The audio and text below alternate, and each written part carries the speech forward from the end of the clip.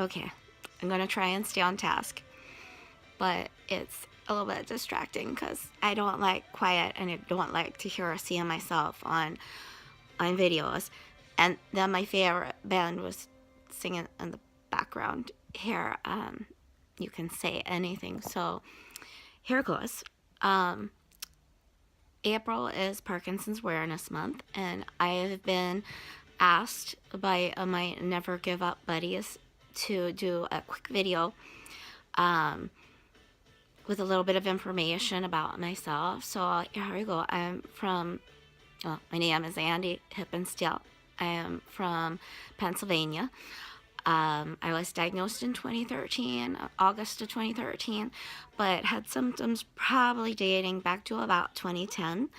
But like many of you, at least in the Never Give Up group, I went to the doctors for one symptom at a time. When I stand up, I get really dizzy, and they're like, "Well, your blood pressure, blah blah blah." So, anyways, and until one day, my little trick thumb that twitched all the time.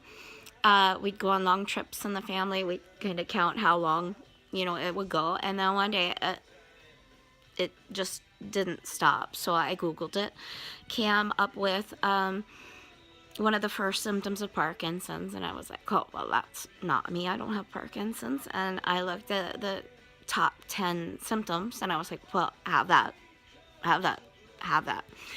So I went to the doctors, and she said, well, let's send you for an MRI, make sure that you don't have a brain tumor or anything. And going through my mind, I'm thinking, she said, I'd rather have Parkinson's than a brain tumor. Little did we know how much was involved with Parkinson's then. But no brain tumor. But I was then sent to a specialist at the Hershey Medical Center. My doctor is fantastic. She asked my husband and myself to participate in the clinical trials over there. So we signed up for it. And for 3 years, we donated spinal fluid, had MRIs, cognitive tests, all kinds of things run on us, and to aid in the research and try and find not a cure for me, because there probably won't be a cure in my lifetime, but for all those that follow. Wow,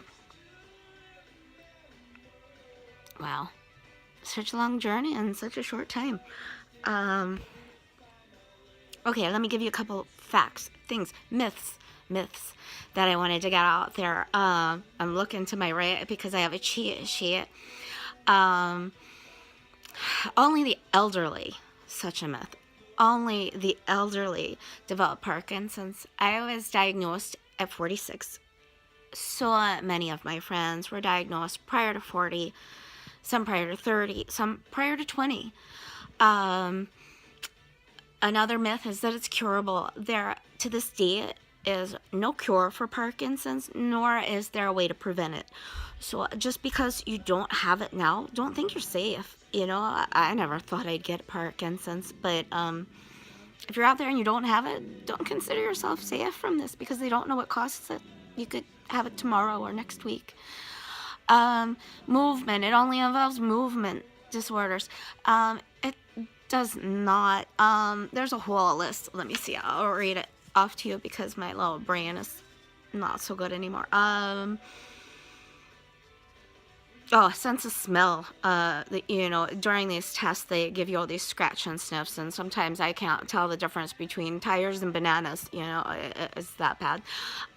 It's silly, but true. Sleep disturbances. Everybody who has got Parkinson's knows you get a very, very little sleep between the restless leg and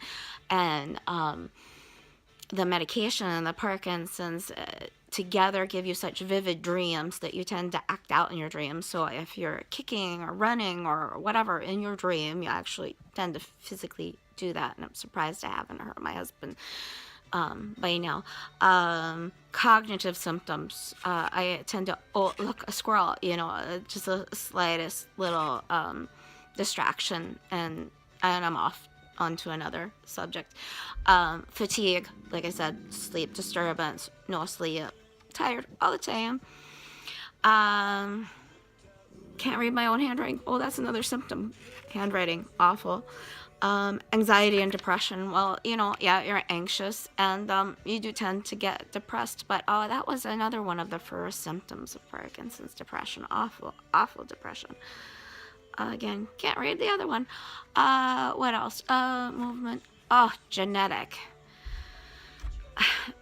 There has been nothing proven that Parkinson's is caused by some kind of genetic thing. My uncle has Parkinson's, but there's nothing to say that I got it because my uncle has Parkinson's. A lot of scientists believe that it might be a combination of some kind of genetic issue and environmental. Like, I could carry some kind of gene for it, but it may have never developed until I came in contact with, they're looking for a trigger, is what I'm being told anyways. Something environmental that I might have come across that triggered this to happen, which they don't know what it is, so you don't know what to stay away from. Another thing, before I go, that you might notice is I'm probably the only one in the group that has this weird accent. The most that we can figure from it is I spoke to a speech therapist, and she noticed that most of the way my accent's changed. Pennsylvania, not my accent anymore. Just came back from Ireland, and they couldn't peg me as far as the accent, and they're usually good at saying, oh, you're from, and they can tell in the US where you're from. No, not me. I am the only one struggling with this that I know of. So if you're out there, please let me know. But again, back to the speech therapist. The speech therapist said to me, it's mostly on your O's. And I say, my husband's name is Joe, and I talk on a phone. And she said that she believes that because of my esophagus and my throat and all my muscles are more relaxed. I don't have very good control of them. I have trouble swallowing and such. That my voice has changed. My dialect has changed over the years because it's become lazy in a way. People in Pennsylvania, the way you talk, you just raise that way, so you don't realize that it takes more muscles to say the words the way that you do than the way that I do. Mine's kind of a form of slang anymore. Yeah,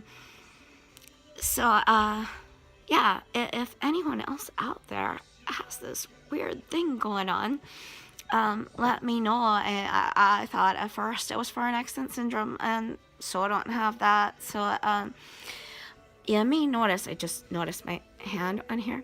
Anybody, I have peripheral neuropathy as well as Raynaud's and many, many other issues, as I know a lot of you do. These patches, I don't know if they're all over the country, Dollar Trees. They smell kind of like Bengay, but if you have peripheral neuropathy, which is that burning sensation, feels like my hands are on fire for weeks now. It's kind of a great thing to have. It's a bit of relief after a number of weeks beyond the way that I was. And the dollar store, you get 20 patches. So I use like 4 a day, in the morning to get me through, and then before bedtime they last 8 hours. But nice. I don't know if they would really work on dystonia so much, because I get that too, and that's a different kind. They might work on the pain from being cramped, but okay, well, that's it. I'm approaching 10 minutes, and I'm so sorry for rambling on for so long, but love to hear from you guys out there, and spread the word. Just spread the word. Thanks.